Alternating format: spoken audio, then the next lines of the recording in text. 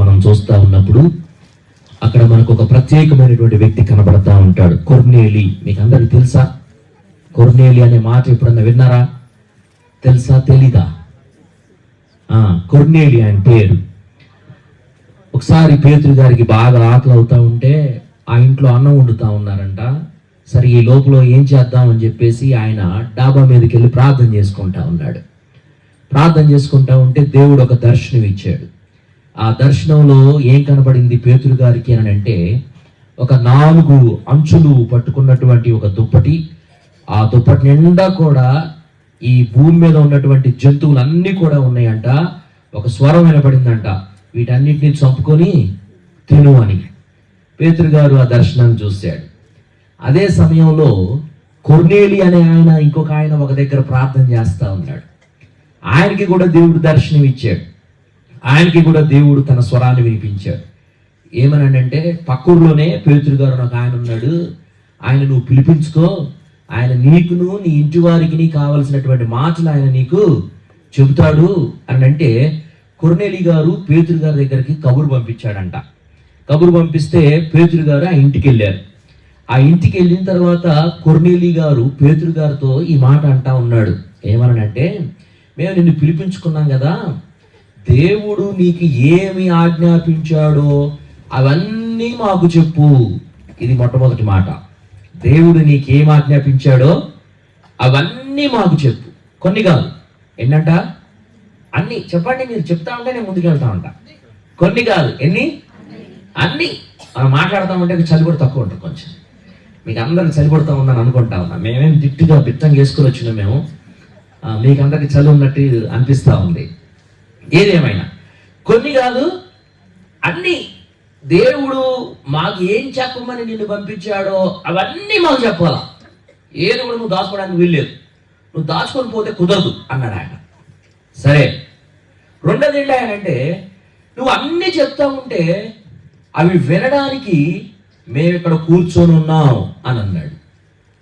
అవి వినడానికి మేము ఇక్కడ కూర్చొని ఉన్నాం అంటే బాగుండేదే, కానీ అట్లా అనలా. ఏమన్నాడు ఆయన అంటే, అవన్నీ వినడానికి మేము దేవుని ఎదుట కూర్చొని ఉన్నాం అన్నాడు. ఎవరి ఎదుట కూర్చున్నారట? దేవుని ఎదుట. ఇక్కడ మీ సీనియర్ సంఘ కాపరి ఉన్నారు, సీనియర్ పాస్టర్ గారు ఉన్నారు, అలాగే లీడ్ పాస్టర్ గారు ఉన్నారు, పాస్టర్ గారు ఉన్నారు. వీళ్ళందరూ ఇట్లా 4 పక్కలు కూర్చుంటే ఎటు కదిలితే ఏమంటారని భయం ఉంటుంది మీకు, అవునా కాదా? కానీ వాళ్ళు ఏమంటా ఉన్నారు అంటే, మేము దేవుని ఎదుట కూర్చొని ఉన్నాం, మా ఎదుట పాస్టర్ గారు ఉన్నారు కాబట్టి మేము వింటాం. మేము దేవుని ఎదుట కూర్చొని ఉన్నాం. దేవుని ఎదుట కూర్చొని వినేటువంటి వాళ్ళు ఎలా ఉంటారు? నిద్రపోరు. దేవుని ఎదుట కూర్చొని వినేటువంటి వాళ్ళు ఎలా ఉంటారు? ఎంత చెప్పినా కానీ వినాలనే ఆశ కలిగి ఉంటారు. దేవుని ఎదుట కూర్చున్నటువంటి వాళ్ళు ఎలా ఉంటారు అంటే, భయముతోనూ వణుకుతోనూ ఏ మాట నాకు సంబంధించింది అని వెతుక్కుంటా ఉంటారు. ఏ మాట నాకు కావాల్సింది నా జీవితానికి, నా కుటుంబానికి అని వాళ్ళు ప్రాకులాడుతూ ఉంటారు. ఈ 2 విషయాలు చాలా ప్రాముఖ్యం. దైవదాసులకి పరిశుద్ధాత్ముడు ఎందుకు ప్రేరేపణ కలిగజేశాడో, వాట్సాప్లో మెసేజ్ పెట్టారు నాకు, అయ్యా మీరు రాగలుగుతారా అని. వస్తాను అన్నాను. ఆ తర్వాత మళ్ళీ 3 రోజుల క్రితం 4 రోజుల క్రితం గుర్తుంది కదా అన్నారు. గుర్తుంది అన్నాను. ఈ రోజు ఉదయం ఇదిగో ఇది మ్యాప్ అన్నారు. ఆ మ్యాప్ పట్టుకుని వచ్చేసారు. ఇదంతా కూడా వాట్సాప్లోనే జరిగింది. విషయం ఏంటంటే, ఇది ఏది జరిగినప్పటికీ కూడా దీని అంతటి వెనుక దేవుని యొక్క కార్యం, పరిశుద్ధాత్మని యొక్క ప్రేరేపణ, సంకల్పం ఇవన్నీ ఉన్నాయి అనేటువంటి విషయాన్ని మనం నమ్మాలా. దేవుడు నీకేమి ఆజ్ఞాపించాడో అవన్నీ మాకు చెప్పు అన్నట్టుగా మీరు కూర్చోవాలా. రెండవది, మేము దేవుని ఎదుట కూర్చొని ఉన్నాం ఇవన్నీ వినడానికి అన్నట్టుగా మీరు కూర్చొని ఉండాలా. అప్పుడు ఏం జరుగుతాయి అంటే, దేవుని యొక్క స్వరాన్ని మనం వినగలుగుతాం, దేవుని యొక్క మాటను మనం వినగలుగుతాం, దేవుడు మన జీవితాల్లో కార్యాన్ని చేయగలుగుతాడు. అన్నిటికన్నా మనకు కావాల్సింది ఏంటంటే దేవుని వాక్యమే. మనకు సమస్యలు ఉన్నాయా, మనకు దుఃఖం ఉందా, మనకు కష్టం ఉందా, మనకు నష్టం ఉందా, మనకు దారి కనపడట్లేదా, తెన్ను తెలియట్లేదా, దరి కనపడట్లేదా, ఏదైనా ఉండనియండి, వాక్యం దగ్గరికి వెళ్తే ఏం జరుగుతాయి అంటే మనకు దారి కనపడుద్ది. వాక్యం దగ్గరికి వెళ్తే నెమ్మది కలుగుద్ది. వాక్యం దగ్గరికి వెళ్తే సమాధానం దొరుకుద్ది. వాక్యం దగ్గరికి వెళ్తే పరిష్కారం దొరుకుద్ది. కాబట్టి మన జీవితాలకు ఏది కావాలి అని అంటే వాక్యం కావాలి. ఒకసారి ఒక ఆయన ఒక చెట్టు కింద కూర్చొని చాలా ఆనందంగా ఉన్నాడంట, చాలా ఆనందంగా ఉన్నాడంట. ఒకడు వచ్చాడంట, ఒరే రంగడా ఎందుకురా అంత ఆనందంగా ఉన్నావు అని అంటే, రే ఏం జరిగిందో తెలుసా, నేను ఇక్కడ కూర్చొని ఉంటే పెద్ద తెల్ల ఏనుగు వచ్చిందిరా బాబు. ఎక్కడి నుండి? ఆకాశం నుండి వచ్చింది. వస్తే ఏం చేసావురా? దాన్ని చూసే లోపలనే మళ్ళీ అది ఎగిరిపోయిందిరా. ఏనుగు ఎగిరిపోయిందా? అవునరా బాబు, నేను చూస్తా ఉన్నా, ఏనుగు ఎగిరిపోయింది. మరి నువ్వేం చేసావురా? ఇది ఎక్కడికి పోతుందా అని దాన్ని తోక పట్టుకొని పోయారా బాబు నేను అని చెప్పి తోక పట్టుకుని వెళ్ళిపోయాడంట. మరి ఏం జరిగిందిరా? అరే అక్కడికి వెళ్ళిన తర్వాత అసలు నేను ఎప్పుడు చూడనంత పెద్ద గుమ్మడికాయ చూసారా అన్నాడంట. ఏం చూశాడంట? పెద్ద గుమ్మడికాయ చూసారా అన్నాడంట. అవునా, మరి ఎట్లొచ్చావురా ఇక్కడికి? అది మళ్ళీ వచ్చింది. అప్పుడు మళ్ళీ వచ్చినప్పుడు మళ్ళీ దాని తోక పట్టుకొని వచ్చాను, ఇక్కడ ఆగిపోయాను అన్నాడు. మరి ఎందుకు మళ్ళీ ఇక్కడ కూర్చొని అన్నావు? అది మళ్ళీ వస్తుందేమో, మళ్ళీ వెళ్దాం, మళ్ళీ ఆ గుమ్మడికాయని చూద్దాం అనుకుంటున్నాను. వస్తుందంటవా? వస్తుందనే నాకు నమ్మకం ఉందని అన్నాడంట. సరే వీడెళ్ళి ఊర్లో వాళ్ళందరికీ చిన్నగా అందరికీ చెప్పేశాడంట, రంగడు గుమ్మడికాయ చూసాడంట, రంగడు గుమ్మడికాయ చూసాడంట. ఏనుగు ఎగురుతుందంట, ఏనుగు ఎగిరిపోతుందంట, తోక పట్టుకున్నాడంట. ఇక అందరూ ఇక వరుసగా వచ్చి ఆ చెట్టు చాటు నుంచున్నారు. ఎప్పుడు ఏనుగు వస్తుందా మనం కూడా వెళ్దాం, ఎప్పుడు ఏనుగు వస్తుందా మనం కూడా వెళ్దాం, మనం పట్టుకుందాం ముందు ఆ తోకనని. అందరూ చాలా మంది 20-30 మంది వచ్చారు. ఈ లోపల ఏనుగు రానే వచ్చింది. ఏమేనుగు అది? ఏ రంగులో ఉంది? తెల్ల ఏనుగు. వింటా ఉన్నారా లేదా? ఏనుగు రానే వచ్చింది. ఏనుగు మళ్ళా పోయే లోపల రంగడు దాన్ని అందరికంటే ముందు పట్టుకున్నాడు. దాని తర్వాత ఆ పక్కన ఇందాక అడిగినోడు వాడు పట్టుకున్నాడు. వాళ్ళ కాలని వీళ్ళు, వీళ్ళ కాలను వాళ్ళు, వీళ్ళ కాలను వాళ్ళు, మొత్తం ఎంతమంది పట్టుకున్నారు? అందరూ పట్టుకున్నారు. ఒక 20-30 మంది అయిపోయారు. ఏనుగు పోతా ఉంది, వీళ్ళందరూ పోతా ఉన్నారు. అక్కడికి వెళ్ళిన తర్వాత ఎక్కడ పోతున్నారు? అసలు ఎందుకు మనం అందరూ ఎట్టు పోతున్నాం అంటే, అరే రంగడు ఎప్పుడు చూడంత గుమ్మడికాయ చూసిండంట, అంత పెద్దగా ఉందంటారా? నిజమేనా? డే నిజమేనంట. అడుగు పైన అడుగు. నిజమేనంట, నిజమే. పైన అడుగు అంటే పైన దగ్గర ఎక్కడ పోయింది? ఇప్పటికి మళ్ళీ రంగడి దగ్గరకు పోయింది. రంగడు మళ్ళీ వీడు అడిగాడు, అరే రంగడ నిజంగా చెప్పి మేము అందరం వస్తున్నాం, నిజంగా ఎంత గుమ్మడికాయ చూసారు అంటే, ఎంత గుమ్మడికాయ చూసారు అన్నాడు. ఏమే చెప్పండి, అందరి కింద పడ్డారు. సో కాబట్టి మనం 3 రోజులు ఎంత వ్యయ ప్రయాసలతో, ఎంత ఖర్చు పెట్టి, ఎంత శ్రమపడి, ఇంత చేసిన తర్వాత గుమ్మడికాయ ఎంత ఉంది అని అంటే అసలు ఆ గుమ్మడికాయ ఎంత ఉందో చూడకుండా ఊడిపోయేలాగా మాకండి 3 రోజుల తర్వాత ఏదో ఒకటి నేర్చుకొని, ఏదో ఒకటి దేవుని వాక్యం చేత మీరు నింపబడి, మీ కుటుంబాలకు, మీ వ్యక్తిగత జీవితాలకు, మీ భవిష్యత్తుకో ఒక మంచి దేవుని యొక్క మాట మీరు ఇక్కడ నుండి ఈ 3 రోజుల తర్వాత తీసుకొని పోవాలా. దేవుడు అలాగన మిమ్మల్ని దీవించి ఆశీర్వదించాలా. ఇక కాలం బహుకొంచెంగా ఉంది అని అన్నాడు కదా. ఇక కాలం బహుకొంచెంగా ఉంది. అవును, లోకంలో చూస్తా ఉంటే పాపం పెరిగిపోతా ఉంది. లోకంలో చూస్తా ఉంటే అవినీతి పెరిగిపోతా ఉంది, స్వార్థం పెరిగిపోతా ఉంది, ప్రేమలు తగ్గిపోతా ఉన్నాయి కదా, ఆప్యాయతలు తగ్గిపోతా ఉన్నాయి. ఇంతకు ముందు అందరూ కలిసి ఒకే ఇంట్లో ఉండేటువంటి వాళ్ళు ఇప్పుడు ఎవరిల్లు వాళ్ళే కదా అండి. ఇంతకుముందు అందరూ ఉమ్మడి కుటుంబం అని చెప్పేసి అందరూ వండుకొని అందరూ ఒకే ప్లేట్లో కలుపుకొని అమ్మ ముద్దలు పెడతా ఉంటే తినేవాళ్ళు. ఇప్పుడు నాకు ఆ గోంగూర నచ్చదు, నాకు ఆ బీరకాయ నచ్చదు, నాకు ఆ దొండకాయ నచ్చదు అని ఇంట్లో 3 కూరలు 3 అన్నాలు వండుతూ ఉన్నారు ఇప్పుడు. కారణం ఏంటంటే ప్రేమలు తగ్గిపోయినాయి. ఒకసారి ఒక ఇద్దరు అన్న జెండళ్ళ భార్యాభర్తలు ఇంట్లో ఉన్నారంట. ఎదురింటూ ఆ ఇంట్లో ఉన్నారు, ఈ ఇంట్లో ఉన్నారు. వచ్చి ఉదయాన్నే కల్లాపు చల్లుతా ఉంటే వచ్చి వదిన అన్నయ్య టీ అడుగుతా ఉన్నాడు, చూస్తేనేమో టీ పౌడర్ లేదు, కొంచెం టీ పౌడర్ ఇస్తావా అని అంటే లోపలికి వెళ్ళి వచ్చి అయ్యో ఇప్పుడే అయిపోయింది అన్నట. లోపలికి వెళ్ళి ఏం చేసిందంట, అయ్యో నేను టీ పౌడర్ అయిపోయిందని చెప్పాను, కానీ ఒకవేళ మీ చెల్లి అడిగితే నువ్వు కూడా అంతే చెప్పు. మనోడు కూడా ఏం చేస్తాడు, అరే నా చెల్లి నా తోడ పుట్టింది అని చెప్పేది ఉండదు. బయటికి వెళ్ళి ఏం చేస్తాడు, అదే చెల్లి టీ పౌడర్ అడిగినట్టుగా మీ వదిలిని అయిపోయింది అంటారా నిన్ననే వచ్చింది. మనోడు జట్టంగా టీ దాకా వచ్చాడు అప్పుడే. మన ఇళ్ళల్లో ఇవి జరుగుతూ ఉంటాయి. ఇంత మాత్రమే కాదు, టీ పౌడరే కాదు, కళ్ళాపు చల్లుకుంటా కొంచెం ప్యాడ్ ఇవ్వమంటే కూడా మనం ఇయ్యం. ఈ రోజుల్లో ఇస్తారా? పేడ కూడా ఇవ్వం మనం. ఉట్టిగా వచ్చింది అది. నువ్వేమైనా కష్టపడ్డావా? నువ్వేం కష్టపడాలా?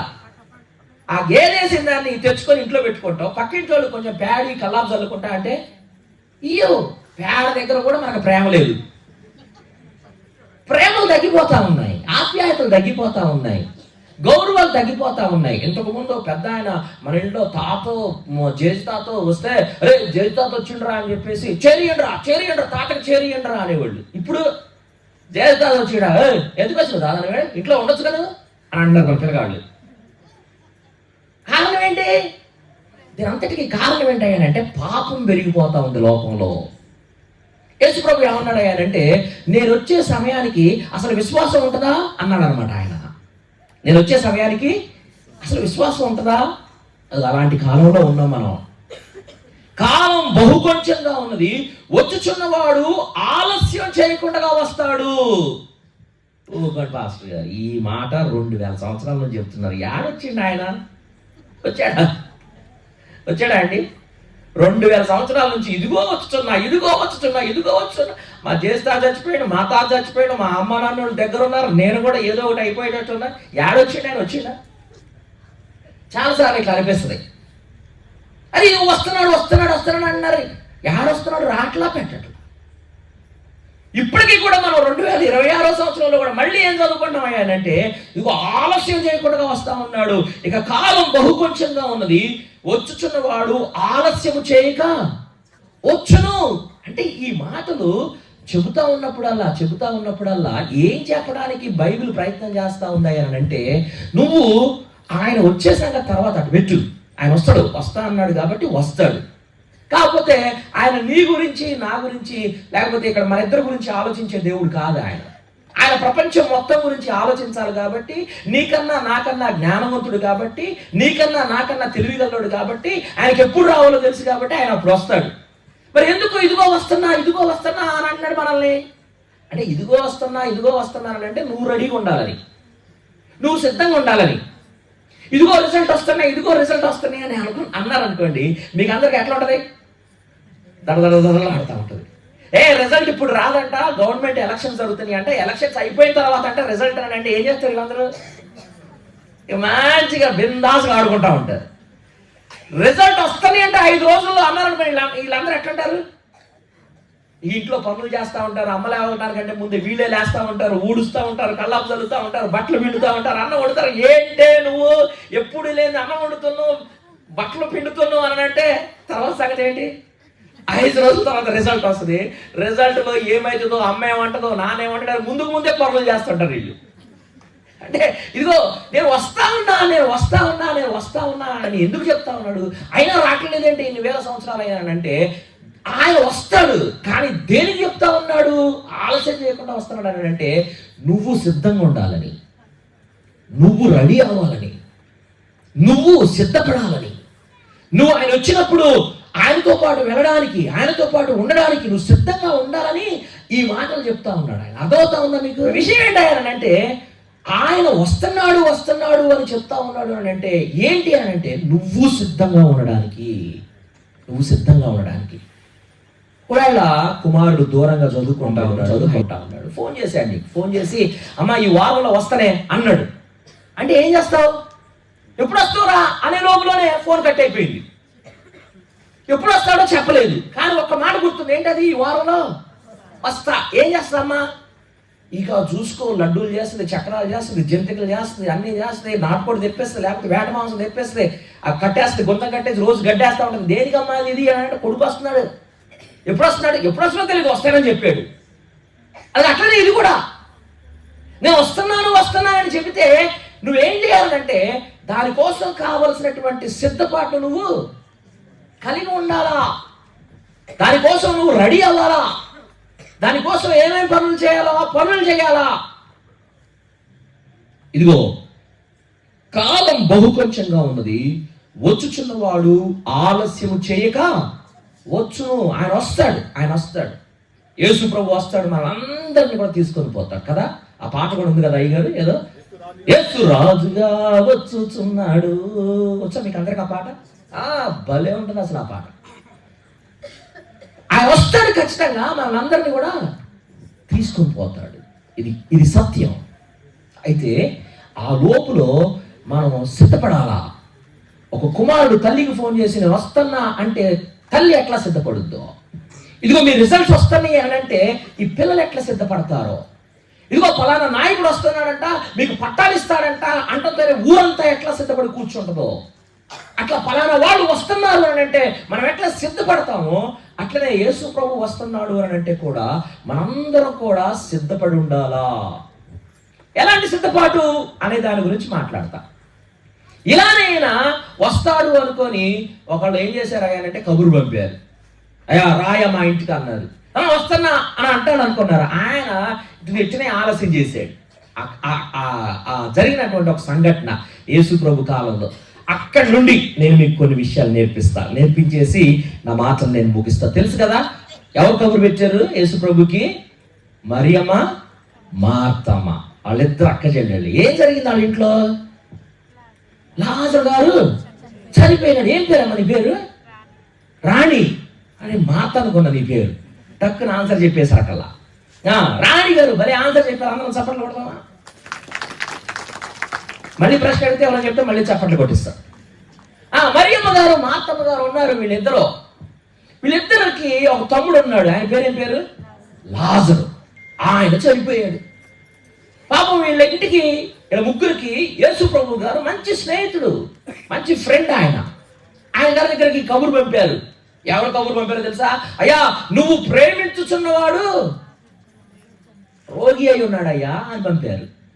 నువ్వు ప్రేమించుచున్నవాడు రోగి అయి ఉన్నాడు అని అంటే అక్కడ రాయబడినటువంటి మాట, ఆ విషయం తెలిసిన తర్వాత కూడా యేసు ప్రభు గారు ఏం చేశారంట?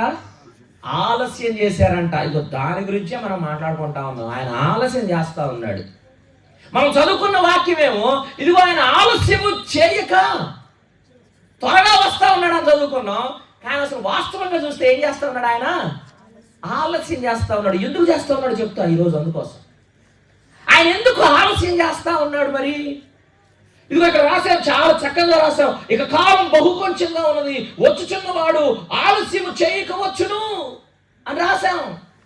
మరి ఆలస్యం అవుతుందే, ఎందుకు అవుతుంది ఆలస్యం? అది తెలుసుకోవాలి మనం. ఎందుకు చేస్తున్నాడు ఆయన ఆలస్యం? అది తెలుసుకోవాలి మనం. దాని గురించి ఇక్కడ నుండి కొన్ని మాటలు మీతో నేను మాట్లాడతా.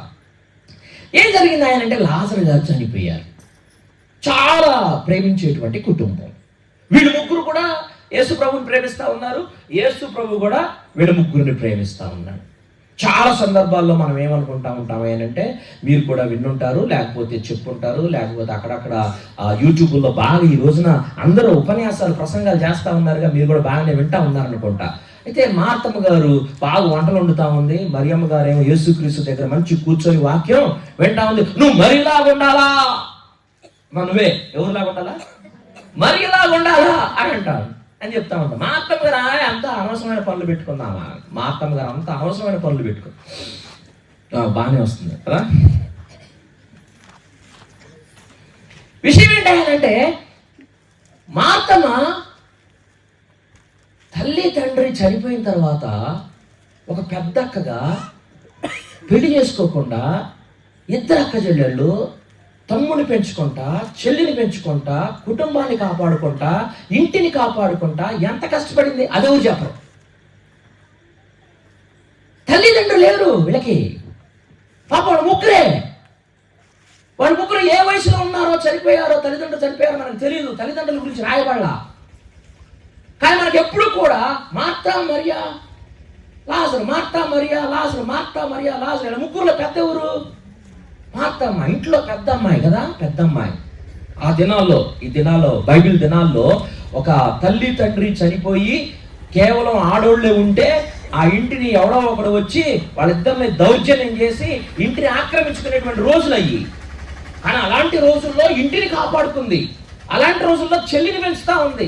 అలాంటి రోజుల్లో తమ్ముడిని పెంచుతా ఉంది, కుటుంబాన్ని పెంచుతా ఉంది. అంత మాత్రమే కాదు, ఆ ఊరికి యేసు ప్రభు వచ్చినా, అబ్బాయి నువ్వు ఎప్పుడు వచ్చినా కానీ మా ఇంటికే రావాలా అని చెప్పి యేసు ప్రభు ఎప్పుడు వచ్చినా కానీ మంచి వేటకూర వండి పెడతా ఉంది. ఎవరైనా చేస్తారా?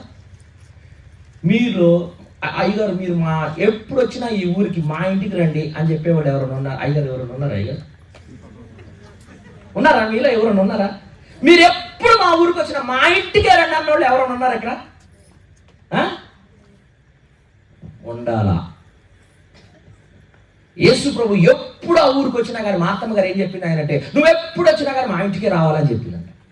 అందుకోసం యేసు ప్రభు గారు ఆ ఊరికి ఎప్పుడు పోయినా కానీ ఎవరింటికి పోతాడు? వాళ్ళ ఇంటికే పోతున్నాడు. మంచి వండి పెడతా ఉంది, మంచి వండి పెడతా ఉంది. ఏం జరిగింది? లాజరు గారు చనిపోయారు. అటు చూడండి, యోహాను సువార్త 11వ అధ్యాయం 19వ వచనంలో ఈ మాట రాయబడింది. యోహాను సువార్త 11వ అధ్యాయం 19వ వచనం. కనుక యూదులలో అనేకులు వారి సహోదరుని గూర్చి మార్తను మరియును ఓదార్చుటకై వారి యొద్దకు వచ్చుచుండ్రి. ఏం చేయడానికి వస్తా ఉన్నారంట? ఓదార్చడానికి వస్తా ఉన్నారు. ఎవరిని? మార్తమ్మని మరియమ్మని. ఎందుకు? తమ్ముడు చనిపోయినాడు. ఆ ఊరికి అనేకులు వస్తా ఉన్నారు. యూదులు అనేకులు వారి సహోదరుని గురించి మార్తను మరియను ఓదార్చుటకై వారి యొద్దకు వచ్చుచుండిరి. అనేకులు వస్తా ఉన్నారు. కానీ తర్వాత వచనాలు చదువుతా ఉంటే ఇంకా మార్తమ్మ మరియమ్మ ఏడుస్తానే ఉన్నారు. ఇంతమంది ఓదార్చడానికి వస్తా ఉంటే ఎవరి ద్వారా ఓదార్పు రాట్లా? వీళ్ళు ఎవరి కోసం ఎదురు చూస్తున్నారు? యేసయ్య కోసం ఎదురు చూస్తా ఉన్నారు. కరెక్ట్ చెప్పారు అన్నగారు. మనలో కూడా ఎవరైనా చనిపోయారనుకోండి, మనం కూడా ఏడుస్తూ ఉంటాం కదా, ఏడుస్తూ ఉంటాం. ఎక్కడ నుండో రామారావు నుండి ఒక ఆమె వస్తుంది. ఆమె రావడంతోనే ఓక అని ఏడుస్తాం. 10 నిమిషాలు ఏడుస్తాం. ఆమె కూడా గట్టిగా ఏడుస్తుంది, ఏమో కూడా గట్టిగా ఏడుస్తుంది. 10 నిమిషాల తర్వాత మళ్ళీ సర్దుకొని కూర్చుంటాం. ఇటు కూర్చుంటాం. మళ్ళీ ఒక పావు గంటకి చెన్నారం నుండి ఇంకొక ఆమె వస్తుంది. మళ్ళీ ఓ పిల్ల అని మళ్ళీ ఏడుస్తాం. ఇట్లా ఒకళ్ళు వస్తా ఉంటే ఏడుపులు. అట్లనే చాలా మంది వస్తా ఉన్నారంట. కానీ వీళ్ళు ఎవరి కోసం చూస్తా ఉన్నారు అంటే యేసు ప్రభు కోసం చూస్తా ఉన్నారు. మనం కూడా అంతే. అరే, మీ చిన్న ఆయన వచ్చిండారా, వాడికి వీడంటే చాలా ఇష్టం రా, వాడు వస్తేనారా తీసేది అనేటువంటి వాళ్ళు ఒకళ్ళు ఉంటారు. మన ఇళ్లలో ఎవరైనా చనిపోతే, మన ఇళ్లలో ఎవరైనా దేవుని సన్నిధికి చేరితే, అట్లనే వీళ్ళిద్దరు కూడా యూదుల్లో అనేకులు వీళ్ళని ఓదార్చడానికి వస్తా ఉన్నారు. కానీ వీళ్ళకి ఓదార్పు రావడంలా. అనేకులు వీళ్ళ కన్నీటిని తోడడానికి వస్తా ఉన్నారు. కానీ వీళ్ళ కన్నీరు తుడిచేటువంటి వాళ్ళు ఎవరు లేరు. వీళ్ళు ఎవరి కోసం చూస్తా ఉన్నారు అయ్యాలంటే యేసుక్రీస్తు వస్తాడు, మేము కబురు పంపామని యేసుక్రీస్తు వస్తాడని చూస్తా ఉన్నారు. యేసుక్రీస్తు ఎప్పుడు వచ్చారో ఆయన దగ్గరికి వీళ్ళు పరిగెత్తుకొని వెళ్తా ఉన్నారు. ఎవరు వచ్చినా అట్లా వెళ్ళా. నిజమైనటువంటి ఓదార్పు, నిజమైనటువంటి నెమ్మది, నిజమైనటువంటి ఆదరణ ఎవరిస్తారు అని అంటే యేసు ప్రభు ఇస్తాడు. అనేకులు వస్తా ఉన్నారు ఓదార్చడానికి. కానీ వీళ్ళకి ఓదార్పు నిజంగా ఎక్కడి నుండి దొరుకుతాయి అని అంటే యేసుక్రీస్తు దగ్గర నుండి దొరుకుద్ది. సిద్ధపడేటువంటి వారిలో మొట్టమొదటి లక్షణం చెప్తా ఉన్నా, యేసుక్రీస్తు వస్తాడు అని ఎదురు చూసేటువంటి వారికి ఒక మాట చెప్పనియండి. ఈ మాట చెప్తా ఉన్నా ఏంటంటే, మనం అందరం కూడా నెమ్మదిని, శాంతిని, సమాధానాన్ని మనుషుల్లో వెతుక్కుంటా ఉంటాం. కానీ నెమ్మది, శాంతి, సమాధానం ఎక్కడ దొరుకుతాయి అంటే దేవుని దగ్గర దొరుకుద్ది. మీరందరూ కూడా మీ కుమారుల్లో నెమ్మదిని వెతుక్కుంటా ఉంటారు. కానీ మీ కుమారుడు ఎప్పుడు కూడా మీకు నెమ్మది లేవాడు. వాడు ఎప్పుడు మీకు తలకాయ నొప్పే. వీడు ఏమంటా పుట్టిండో, ఏ సమయంలో పుట్టిండో నువ్వే అనుకుంటా ఉంటావు. నీ కుమార్తెను బట్టి నువ్వు నెమ్మదిగా ఉండాలనుకుంటావు, ఉండలేవు. నీ భర్తను బట్టి నెమ్మదిగా ఉండాలనుకుంటావు, ఉండలేవు. నీ భార్యను బట్టి నెమ్మదిగా ఉండాలనుకుంటావు, ఉండలేవు. నువ్వు జీవితాంతం ఎదురు చూసినా నీ భర్తను బట్టి నీకు నెమ్మది లేదు, నీ భార్యను బట్టి నీకు నెమ్మది లేదు, నీ కుమారుని బట్టి నీకు నెమ్మది లేదు, నీ కుమార్తెను బట్టి నీకు నెమ్మది లేదు. నీకు నెమ్మది, నీకు శాంతి, నీకు ఆనందం, నీకు సంతోషం నిజమైనది ఎక్కడి నుండి అంటే యేసుక్రీస్తు దగ్గర నుండే. యేసుక్రీస్తు వస్తాడా అంటే వస్తాడు.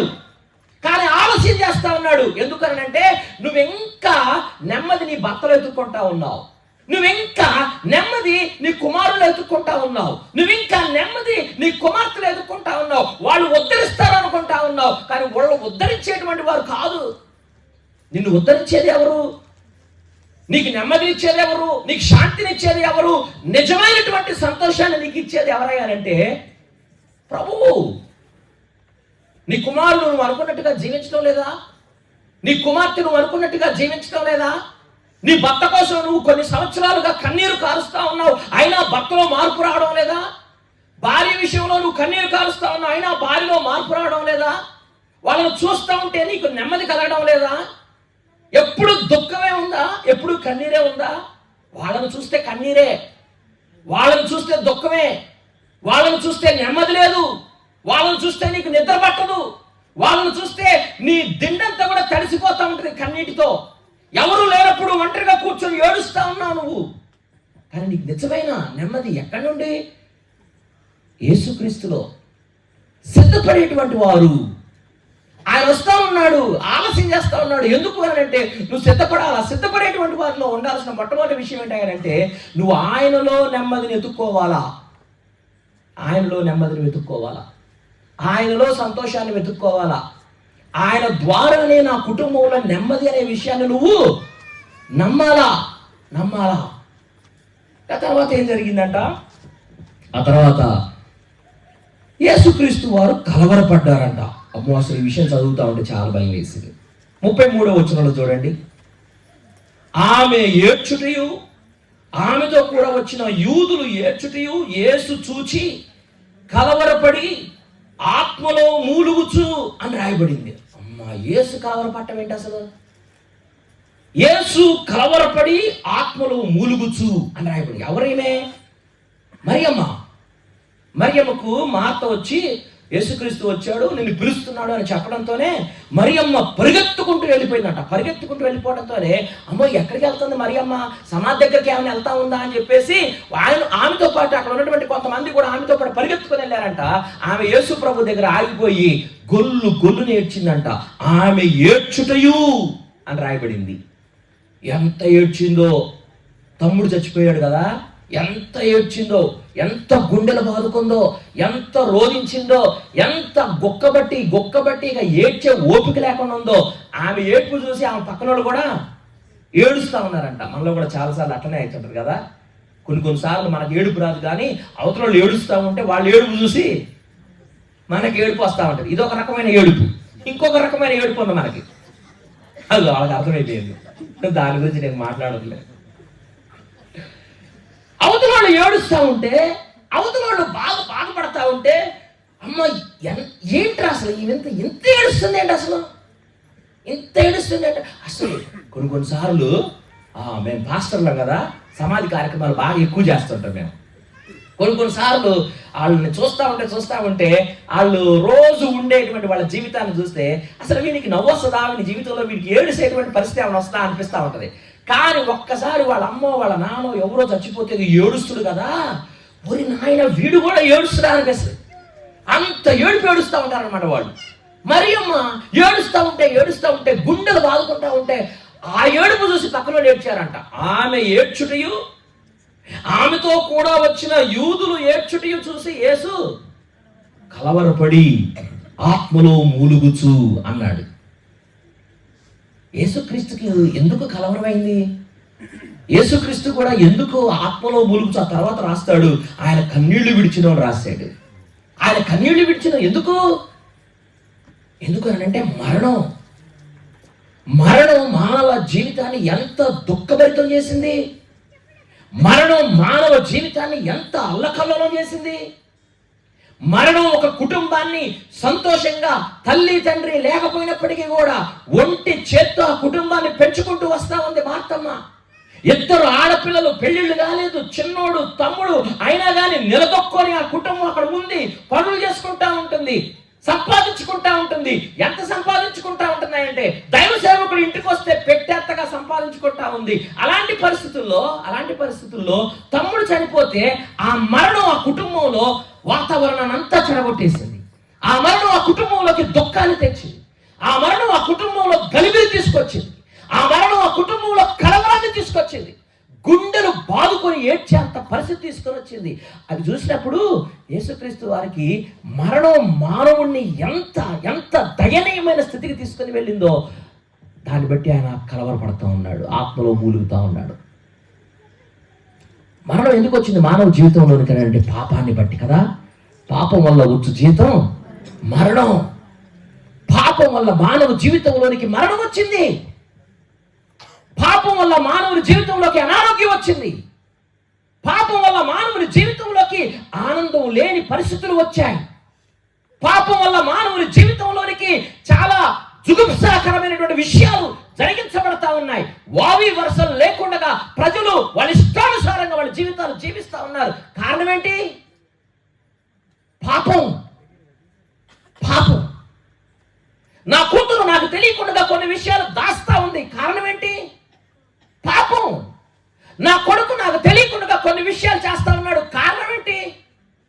పాపం. నా భర్త ఎక్కడైనా ఫంక్షన్కి వెళ్తే కనీసం నన్ను తిన్నావా అని అడగడు, కానీ ఇంకొక ఆమెకు మాత్రం చేయలేసి ఇస్త్రాకులు అన్నం పెట్టిస్తా ఉన్నాడు. కారణం ఏంటి? పాపం. పాపం కదా. బైబిల్ గ్రంథంలో ఏమని రాయబడింది అయ్యానంటే, పరమగీతాల్లో, ఇదిగో ఆయన బలురక్కసి చెట్లలో వల్లి పద్మం వంటి వాడని రాయబడింది. భార్య భర్త గురించి మాట్లాడుతూ ఉంది. బలురక్కసి చెట్లలో వల్లి పద్మం వంటిది అని రాయబడినప్పుడు అంటే భర్తలకు అందరికీ కూడా భార్య ఎలా కనపడాలి అంటే వల్లి పద్మంలా కనపడాలి. ఎట్లా? బలురక్కసి చెట్లలో వల్లి పద్మంలా కనపడాలి. కానీ నేటి భర్తలకు భార్యలు ఎట్లా కనపడతారు? వాళ్ళేమో బలురక్కసి చెట్లలా కనపడతారు, మిగతా వాళ్ళందరేమో వల్లి పద్మాల్లా కనపడతారు. కారణం ఏంటి? పాపం. పాపం ఏం చేసింది అంటే మానవుని జీవితాన్ని ఇట్లా ప్రతి సందర్భంలో కూడా వాళ్ళ బాల్యాన్ని చెడగొట్టింది, వాళ్ళ యవ్వనాన్ని చెడగొట్టింది, వాళ్ళ వివాహాలను చెడగొట్టింది, వాళ్ళ బ్రతుకులను చెడగొట్టింది, వాళ్ళ కుటుంబాలను చెడగొట్టింది, వాళ్ళ నైతికతను చెడగొట్టింది, మంచి లేకుండా చేసింది. కారణం ఏంటి? పాపం. చివరికి ఏం చేసింది అంటే మరణాన్ని తీసుకొని వచ్చింది. పాపం మరణాన్ని తీసుకొని వచ్చింది. మరణ భయం మనందరికీ కదా. మరణ భయం ఇక్కడ ఉంటుందో లేదో నాకు తెలియదు, కానీ నాకు అప్పుడప్పుడు పొద్దున్నే 5 గంటలకు ఫోన్లు వస్తాయి కొన్నిసార్లు. పాస్టర్ గారు అని అంటారు. 5 గంటలకి నిద్రలేపి. అంతకు ముందు రోజే పెద్ద ప్రార్థన పెడతాం, 1 గంట పడుకుంటాం, 5 గంటలకు మెలకు వస్తుందా? కానీ ఫోన్ చేస్తారు, పాస్టర్ గారు ఏంటి సార్ అని అంటే, ఈ 2 ఏళ్ళు ఏంటో బాగా తిమ్మిరి పెట్టినాయి గారు, కొంచెం ప్రార్థన చేస్తారా అంటారు. ఈ 2 ఏళ్ళు తిమ్మిరి పెడితే ప్రార్థన చేయడం ఏంటి అంటే సైంటిఫిక్గా ఈ 2 ఏళ్ళు తిమ్మిరి పెడితే హార్ట్ ఫెయిల్ అయినట్టు అనమాట. అలా భయం. అమ్మో 2 ఏళ్ళు తిమ్మిరి పట్టిని ఏమైపోతాయి ఈరోజు? భయం. మరణ భయంతో మానవుడు కొట్టిమిట్టాడుతూ ఉన్నాడు.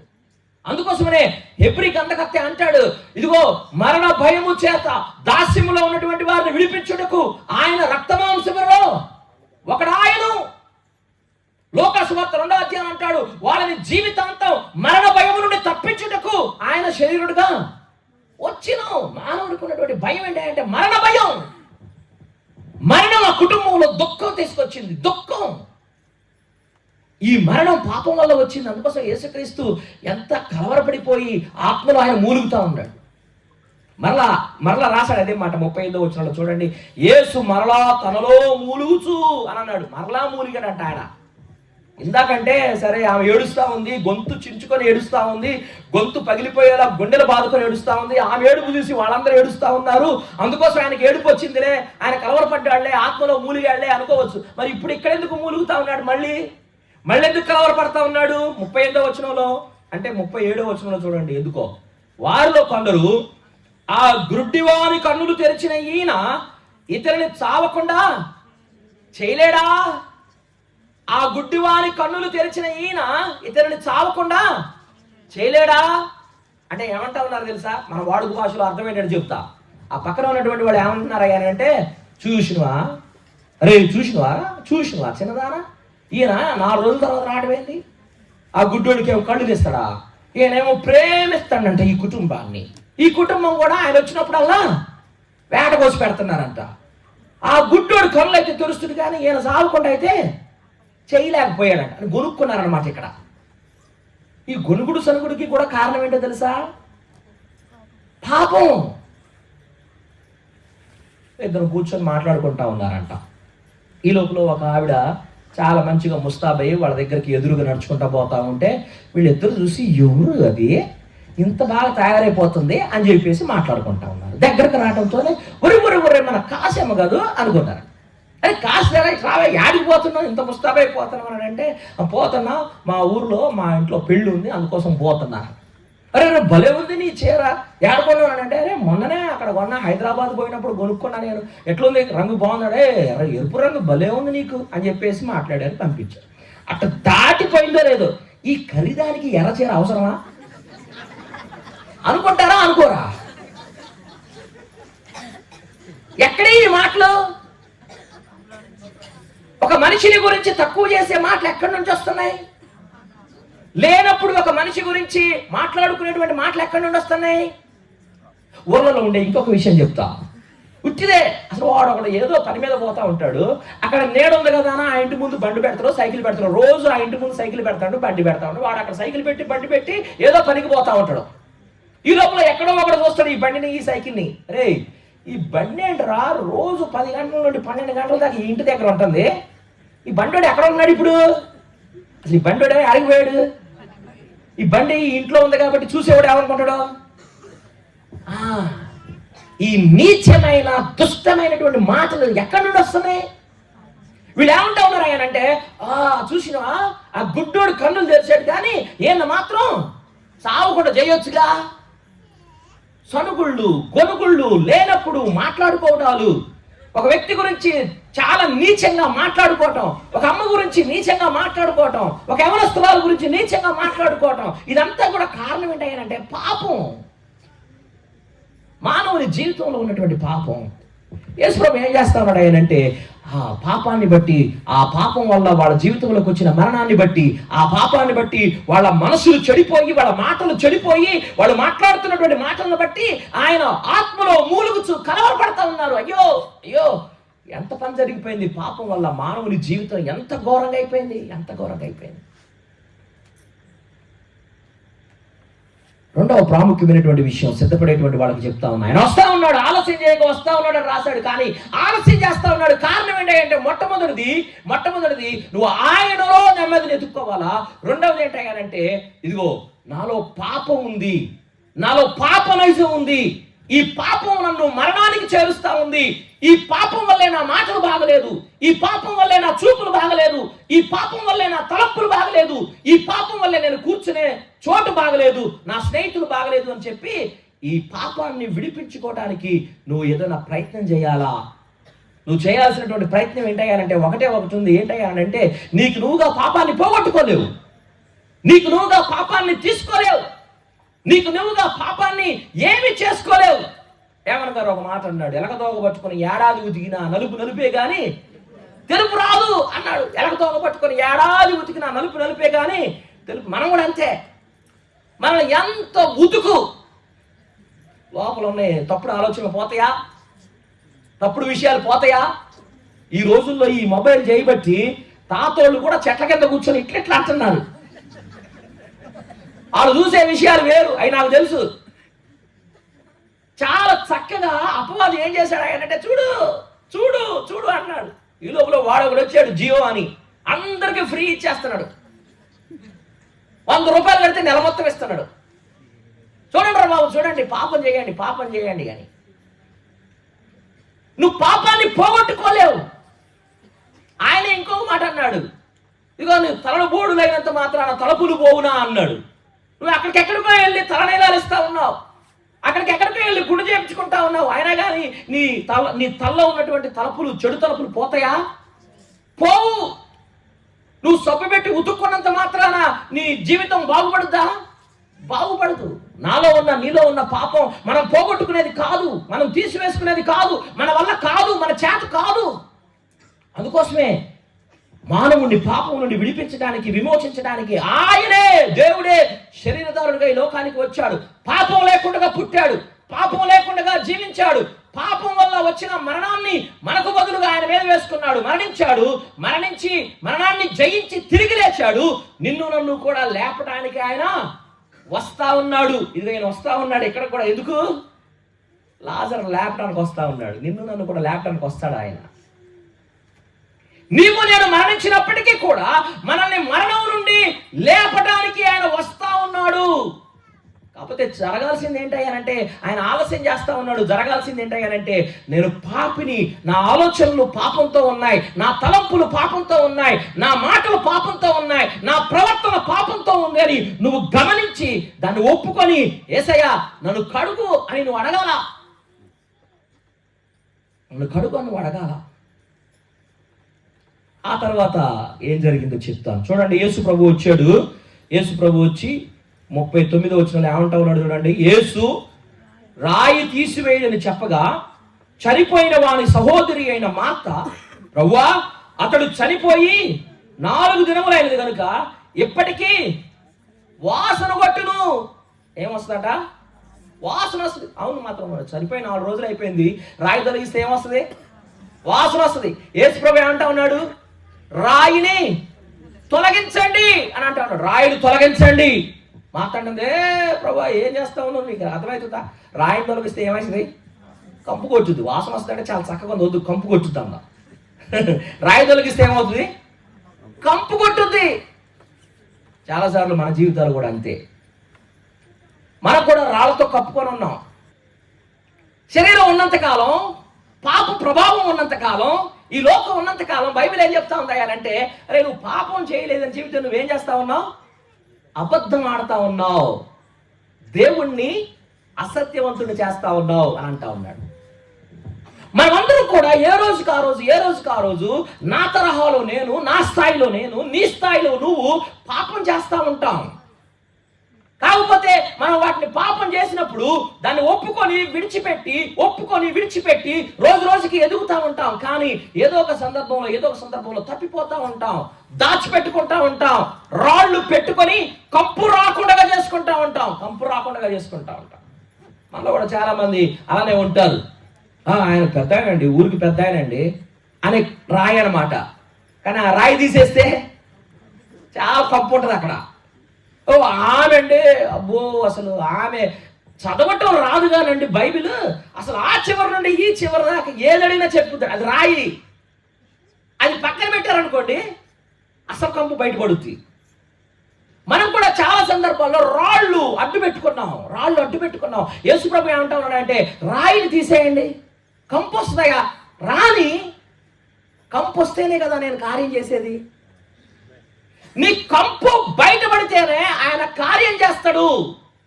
ఆయన ఆలస్యం చేయక వస్తాడు, కానీ ఆలస్యం చేస్తా ఉన్నాడు. కారణం ఏంటంటే నీ కంపుని ఇంకా నువ్వు దాచిపెట్టుకుంటా ఉన్నావు. ప్రభు ఏమంటావు అంటే, కంపు బయటపడి నేను కార్యం చేస్తా, మరణంలో నుండి నిన్ను బయటికి తెస్తా. కంపు బయటపడి చాలా సందర్భాల్లో అబ్రహాము ఎంత గొప్పడో తెలుసా, దావీదు ఎంత గొప్పడో తెలుసా, మోషే ఎంత గొప్పడో తెలుసా, యెహోషువ ఎంత గొప్పడో తెలుసా, యోసేపు ఎంత గొప్పడో తెలుసా అని మనం ప్రసంగాలు చేసుకుంటాం. ఉంటిదే ఇక్కడ ఎందుకు రాశాడు ఆయనంటే, అబ్రహాము కంపు ఏంటో రాశాడు ఇక్కడ. అబ్రహాము కంపు, దావీదు కంపు, సొలొమోను కంపు, యోసేపు కంపు, అన్ని కంపులు రాసి అరే కంపు లేనటువంటి వాడు ఒకడు ఉండాలి అని చెప్పి యేసు ప్రభు తీసుకొచ్చాడు. మన కంపు బయటపడితేనే ఆయన కార్యం చేస్తాడు. నువ్వు కంపు దాచుకున్నంత కాలం నువ్వు లోపలే ఉంటావు, రాయడ్డు పెట్టుకొని లోపలే ఉంటావు.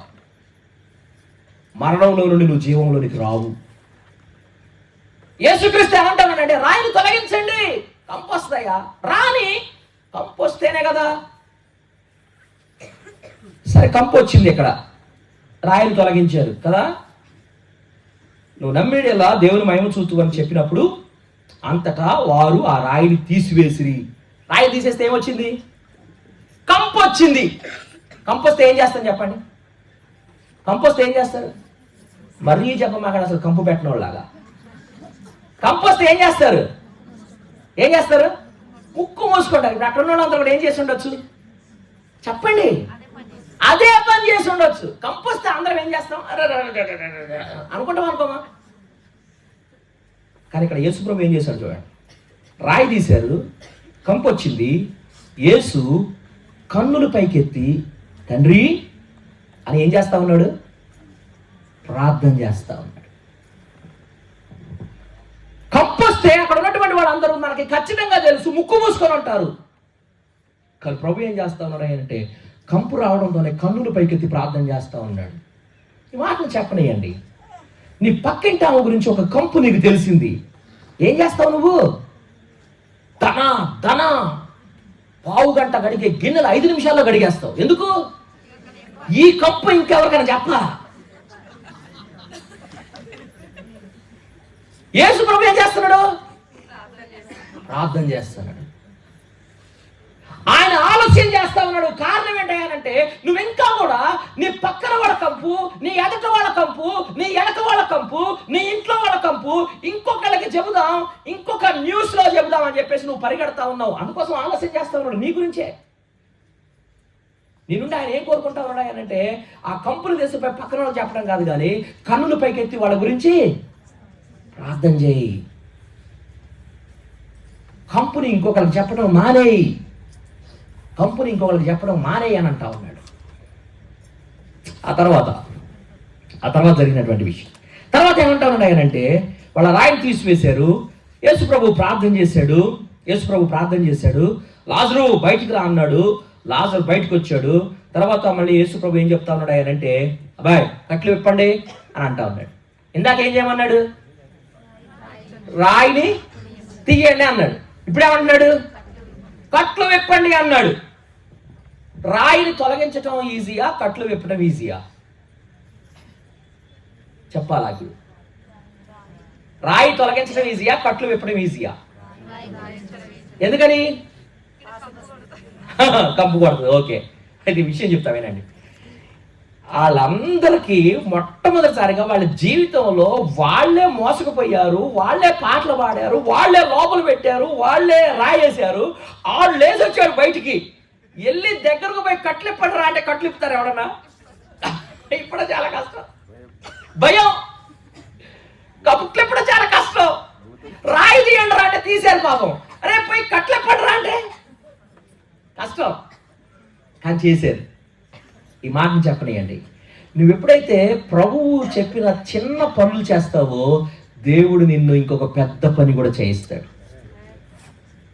రాయి తొలగించడం చిన్న పని, కట్లిప్పడం ధైర్యంతో చేయాల్సిన పని. కానీ దేవుడు ఏం చేశాడు ఆయనంటే, నువ్వు నేను చిన్న పని చెప్తే చేసావు కదా, ఇదిగో నీకు ఇంకొక పెద్ద పని కూడా చెప్తా ఉన్నా అన్నాడు.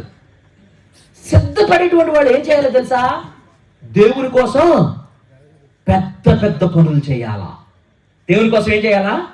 పెద్ద పెద్ద పనులు చేయాలా. బాబు జనం అందరూ ఎక్కువైపోతా ఉన్నారు, మా వల్ల కావట్లేదు, వీళ్ళకి భోజనం పెట్టడం మేము తట్టుకోలేకపోతా ఉన్నాం, అసలు ఏంటి అసలు పరిగెత్తుకొని వస్తూ ఉన్నారు, ఒక్కడ కూడా క్రమం లేదు, ఏం లేదు, మా వల్ల కాదు, మేము వాక్యం చెబుతూ మేము ప్రార్థన చేస్తాం బాబు, మీరు ఒక 7 తెచ్చుకుంటారా బాబు నాయన వంట వండించుకోవడానికి అని చెప్పేసి అన్నారు. ఎవరు? అపోస్తుల కార్యాలు. బాబు మనోళ్ళు వెళ్ళిపోయి కొంతమందిని తెచ్చుకున్నారు. వీళ్ళందరూ అభిషేకించి ఆయన మీరు వడ్డించండి అన్నారు, మీరు అన్నాలు పెట్టుకోండి అన్నారు. వాళ్ళలో ఒకడు ఉన్నాడు. ఏం పేరంటే ఆయన పేరు ఫిలిప్. ఏం పేరు ఆయన పని అని అంటే, ఆదివారం ఆరాధన అయిపోయిన తర్వాత అందరికి భోజనాలు పెడతా ఉంటే సాంబార్ వేయడానికి ఫిలిప్ని ఎన్నిక చేశారు. ఎట్లాంటి వాడు ఎన్నిక చేశారు? బైబిల్లో రాసింది ఎట్లాంటి వాడు ఎన్నిక చేశారు తెలుసా? అతడు మంచివాడును ఆత్మచేత నింపబడిన వాడు. దేనికంటే అమ్మగారు ఇదంతా? సాంబార్ పోయటానికి సార్. సాంబార్ పోయటానికి ఎట్లా ఉండాలంట? ఆత్మచేత నింపబడిన వాడు ఉండాలంట. ఈ రోజుల్లో పాస్టర్ గారు ఏమన్నా, అబ్బాయి నువ్వు కొంచెం వారానికి 2 సార్లు 3 సార్లు కొంచెం వేసుకుంటామంట, నువ్వు కూర్చో, అట్లా నువ్వేం దేవుడి పనులు చేయొద్దానంటే, ఏం నన్ను చేయొద్దు అంటావా పని? నేను చేయకపోతే ఇక్కడ నువ్వు మీటింగ్ పెడతావా? చూస్తా నువ్వు ఎత్తి పెడతావా అనేటోళ్ళు ఉన్నారా లేదా మన దగ్గర? అమ్మా నీ జీవితంలో ఏదో తప్పు జరుగుతుందంట, నాకు తెలిసి వచ్చింది, నువ్వు కొంచెం ఆగు, నువ్వు కొంచెం పాటలు పాడటం ఆపు, నువ్వు పాటలు బాగానే పాడతావులే, కొంచెం ఆపు అని అంటే, అయ్యగారు నన్నే పాటలు పాడమంటావా ఆపమంటావా? అసలు నువ్వు మొట్టమొదటి ఊరికి వచ్చింది నీకు అన్నం పెట్టింది ఎవరు? నేను కాదా? నువ్వు మొట్టమొదటి ఊరికి వచ్చినప్పుడు నీకు మజ్జిగిచ్చింది ఎవరు? నేను కాదా? నన్నే పాటలు ఆపమంటావా? ఇట్లా అంటే మన మాటలు ఏం చేస్తా ఉన్నారు ఆయన అంటే, ఫిలిప్పు ఆత్మతో నింపబడినటువంటి వాడు. దేనికి? సాంబార్ పోయటానికి. పాప మనోడు సాంబార్ పోస్తా ఉన్నాడు, ఆత్మతో నింపబడి ఏం చేస్తున్నాడు? సాంబార్ పోస్తా ఉన్నాడు. ఆత్మతో నింపబడాలా సాంబార్ పోయటానికి కూడా. ఎందుకో తెలుసా? అప్పుడప్పుడు సాంబార్ బాగా తినేవాళ్ళు ఉంటారు. ఒక పక్కన మటన్ ఉంటుంది, ఒక పక్కన చికెన్ ఉంటుంది. ఆయన తీసి పక్కన పెట్టరా, సాంబార్ అయినా సాంబార్ అని పిలుస్తా ఉంటాడు 10 సార్లు. వీళ్ళ కోపం వస్తూ ఉంటుంది, ఎన్నిసార్లు వేసుకుంటారు సాంబార్ మొత్తం తీసుకొని తాగరా నువ్వు తాగు అని అంటాడు. విసుక్కుంటారు. విసుక్కోకుండా ఉండాలంటే ఏం చేయాలా? ఆత్మచేత నింపబడాలి. సాంబార్ వేయాలా? ఎన్నిసార్లు వేయాలా? 2 సార్లు వేయాలా? 3 సార్లు వేయాలా? ముక్కలు కావాలా? ఆత్మచేత నింపబడింది వాడు ఇట్లా చేస్తారు అనమాట. సో కాబట్టి దానికి కూడా అంటే ఆ రోజుల్లో ఎంత జాగ్రత్త తీసుకున్నారో చూడండి. ఆ రోజుల్లో ఎంత జాగ్రత్త పడ్డారంటే, అదే సాంబారు పోయడానికి కూడా ఆత్మచేత నింపబడిన వాడు కావాలంట. ఈ రోజుల్లో కూడా ఆత్మచేత నింపబడతా ఉందా? స్పిరిట్ ఫీల్డ్ ఈ స్పిరిట్ వేరు. ఆ విషయం ఏంటంటే ఫిలిప్పు చిన్న పని చేశాడు, సాంబార్ పోస్తా ఉన్నాడు. ఆ తర్వాత సంఘం మీదకి శ్రమలు వచ్చాయి, అందరూ ఎటువంటి వెళ్ళిపోయారు. 2 అధ్యాయాల తర్వాత ఫిలిప్పు ఏం చేస్తా ఉన్నాడంట, అతను మాట్లాడుతూ ఉంటే దయ్యాలు పారిపోతున్నాయి అంట. అతను నిలబడి మాట్లాడుతూ ఉంటే సమాధానం చెప్పేవాడు అక్కడ ఎవడు లేడంట. అక్కడ మాట్లాడుకున్నటువంటి మాట ఏంటో తెలుసా, అతడు ఆత్మయందు అతడు కనబరిచినటువంటి ధైర్యమును, లేఖనములు అతడు చూపినటువంటి జ్ఞానమును చూడగా, ఎవరైనా నువ్వు చిన్న పనిలో నమ్మకంగా ఉంటే దేవుడు నీకు ఏం చేస్తాడు, పెద్ద పెద్ద పనులు ఇస్తాడు. రాయిని తొలగించమన్నాడు, చిన్న పనే. కట్లు విప్పమన్నాడు, చాలా పెద్ద పని, ధైర్యంతో కూడిన పని. వాళ్ళే పాతి పెట్టారు, వాళ్ళే మోసుకుపోయారు, అలాంటి వాడు లేచి నిలబడ్డాడు. కానీ దేవుడు ఏం చేస్తున్నాడు అంటే పెద్ద పని అప్పగిస్తాడు. ఆలస్యం చేస్తా ఉన్నాడు. ఎందుకయ్యానంటే నువ్వు ఇంకా చిన్న చిన్న పనులే చేస్తా ఉన్నావు, నువ్వు ఇంకా చిన్నగానే ఇస్తా ఉన్నావు ఆయనకి. నువ్వు గత 10 సంవత్సరాలుగా నీ కానుకొకటే, నువ్వు ఇంకా 10 సంవత్సరాలుగా అదే ఇస్తా ఉన్నావు. నువ్వు 10 సంవత్సరాలుగా ఊర్లో ఎట్లుంటుందో తెలుసా, ఇక తగులుకొని 20 సంవత్సరాల నుండి క్రిస్మస్ రావడంతోనే పులిహోర వాళ్ళే ఇస్తారు అయ్యారు మా ఊర్లో. ఇక వాళ్ళ ఇంటికి ఒక పేరు ఉంటుంది, ఏంటో తెలుసా, వాళ్ళు క్రిస్మస్కి ఏమిస్తారు, పులిహార ఇస్తారు. వాళ్ళు అయిపోతారు, వాళ్ళ కొడుకులు వస్తారు, అయ్యారు మా నాన్నోళ్ళు ఉన్నప్పుడు పులిహార ఇచ్చారు కదండి, మేము కూడా క్రిస్మస్కి ఎంతకాలం ఇస్తాం పులిహోర. ఇక సంవత్సరాలు పులిహోరలో ఇస్తావా, ఇంకేమి ఇవ్వా దేవుడికి, సంఘానికి ఇంకేమి ఇవ్వా, పరిచర్యకి ఇంకేమి ఇవ్వా. నువ్వు చిన్న పనులే కాదు, పెద్ద పెద్ద పనులు కూడా చేయాలని దేవుడు ఆలస్యం చేస్తా ఉన్నాడు. పెద్దవి కూడా చేయాలి. ఆ తర్వాత రాయబడినటువంటి మాట, కట్లు విప్పి పోనీయండి అన్నాడు. ఎందుకు? ఇప్పుడు లాజరు బయటికి రా అన్నాడు, వచ్చాడా రాలేదా?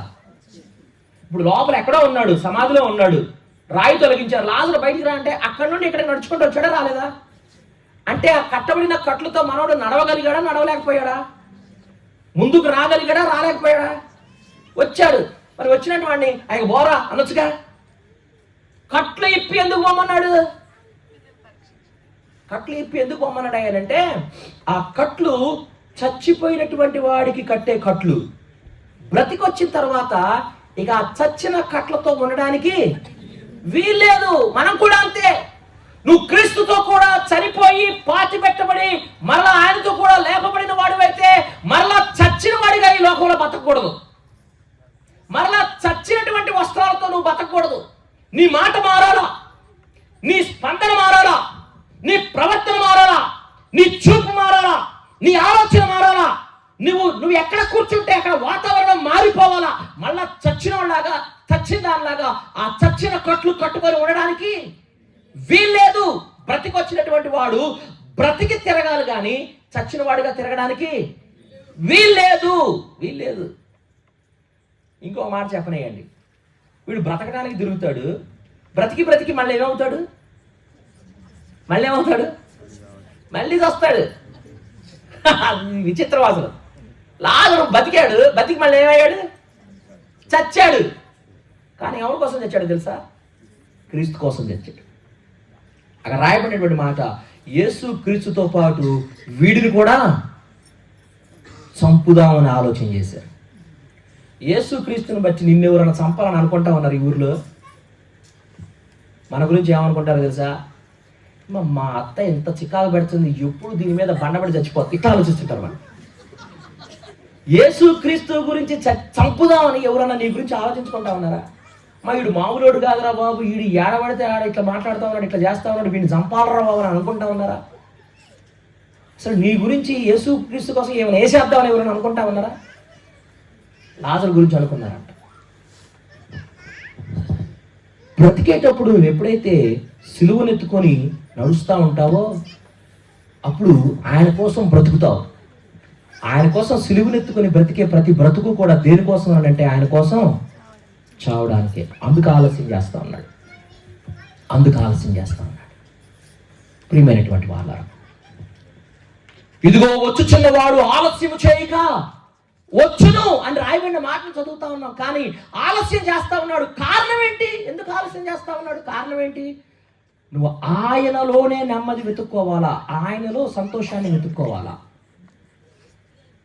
నువ్వు ఆయనలో శాంతిని వెతుక్కోవాలా, నువ్వు ఆయనలో శాంతిని వెతుక్కోవాలా. ఇదిగో మరణం, పాపం వల్ల వచ్చినటువంటి మరణం, పాపం విమోచన, విడుదల నీకు కావాలా, ఆయన రక్తంలోనే ఉంది. ఆయన దగ్గరకు నువ్వు రావాలా. ఇదిగో ఇతరుల గురించి చెడుగా మాట్లాడుకునే తత్వం నీలో ఉంది, అది పోవాలా. రాళ్ళు కప్పుకొని కంపును దాచుకుంటా ఉన్నావు, కంపు బయటపడాలా ఆయన కార్యం చేయడానికి. చిన్న పనుల్లో నమ్మకంగా ఉంటే ఆయన పెద్ద పనులు ఇవ్వాలనుకుంటా ఉన్నాడు, కానీ ఇంకా నువ్వు చిన్న పనుల్లో కూడా నమ్మకంగా లేవు. నువ్వు నమ్మకంగా ఎదిగి పెద్ద పనులు అప్పగించబడేంత విశ్వాసిగా మారాలా, అందుకు ఆలస్యం చేస్తా ఉన్నాడు. బ్రతికి వచ్చినటువంటి వాడు చనిపోయినటువంటి కట్లతో నడవకూడదు, బ్రతికున్నవాడిగా నడవాలా, క్రీస్తు కోసం చనిపోయేవాడిగా నడవాలా. దేవుడు అలాగున మిమ్మల్ని అందరినీ దీవించి ఆశీర్వదించిన గాక. ప్రార్థన చేసుకుందాం, కళ్ళు మూసుకుందాం, వాక్యపు వెలుగులో మనల్ని మనం పరిశోధన చేసుకుందాం, వాక్యపు వెలుగులో మనల్ని మనం పరిశోధన చేసుకుందాం. ఈ మాటలు చెప్పండి, దేవునితో ఈ మాటలు చెప్పండి. అయ్యా, నేను ఎక్కడో నా సంతోషాన్ని వెతుక్కున్నా, నేను ఎక్కడో నా శాంతిని వెతుక్కున్నా, నేను ఎక్కడో నా నెమ్మదిని వెతుక్కున్నా, కానీ నిజమైన నెమ్మది, నిజమైన సంతోషం, నిజమైన శాంతి అది నీలోనే, నిజమైన ఆదరణ నీలోనే. అయ్యా, పాపం వల్ల నా జీవితంలోనికి మరణం వచ్చింది, పాపం వల్ల నా జీవితంలోనికి చెడు స్వభావం వచ్చింది, పాపం వల్ల నా జీవితంలోనికి చెడ్డ మాటలు వచ్చాయి, చెడ్డ ప్రవర్తన వచ్చింది. నా భర్తకు తెలియకుండా ఎన్నో విషయాలు ఉన్నాయి, నా భార్యకు తెలియకుండా ఎన్నో విషయాలు ఉన్నాయి, నా తల్లిదండ్రులకు తెలియకుండా ఎన్నో విషయాలు నేను దాచిపెడతా ఉన్నాను, నా పిల్లలకు తెలియకుండా, నా భర్తకు తెలియకుండా ఎన్నో విషయాలు నేను దాచిపెడతా ఉన్నాను. నా లోపలి ఆలోచనలు వేరు, పైకి వస్తున్న మాటలు వేరు, పైకి వస్తున్న మాటలు వేరు. పాపం మరణ భయం తీసుకొని వచ్చింది, పాపం మానవుని జీవితంలోనికి మరణాన్ని తీసుకొని వచ్చింది. విడుదల కావాలా, విమోచన కావాలా, విడుదల కావాలా, విమోచన కావాలా. అడుగుదామా? అయ్యా నాలో పాపం ఉందయ్యా, ఇదిగో నేను రాళ్ళు వేసుకొని దాచుకుంటా ఉన్నానయ్యా, రాళ్ళు వేసుకొని నేను దాచుకుంటా ఉన్నానయ్యా.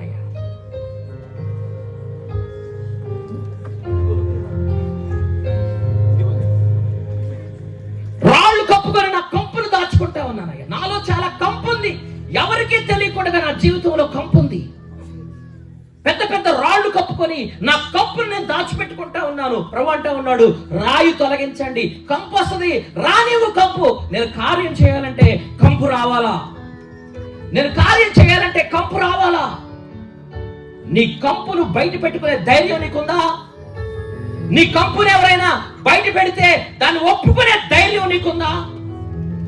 ఇదిగో ఈమె ఇలాంటిది అని అంటే అవును అని ఒప్పుకునే ధైర్యం నీకుందా? ఒప్పుకునే ధైర్యం నీదైతే కార్యం చేసేటువంటి దయ ఆయనలో ఉంది. ఒప్పుకునే ధైర్యం నీలో ఉంటే కార్యం చేసే దయ ఆయనలో ఉంది.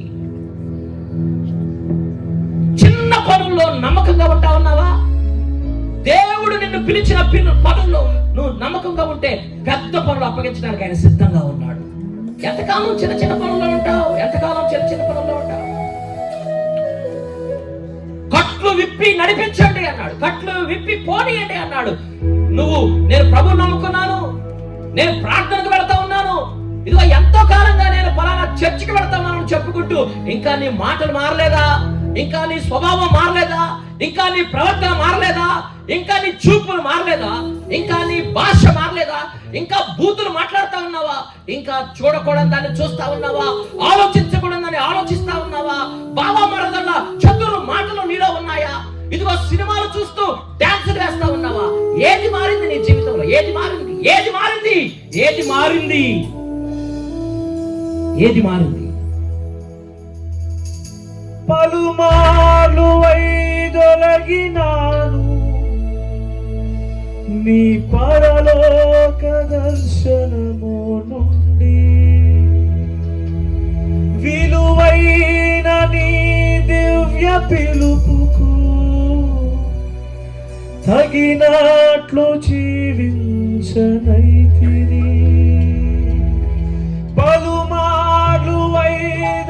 తగినాను నీ పరలోక దర్శనము నుండి. విలువైన నీ దివ్య పిలుపుకు తగినట్లు జీవించనైతిని. అయినా నీ ప్రేమతో నన్ను దరి చేర్చినావు. అందుకే గైకొనుము దేవా ఈన శేష జీవితం.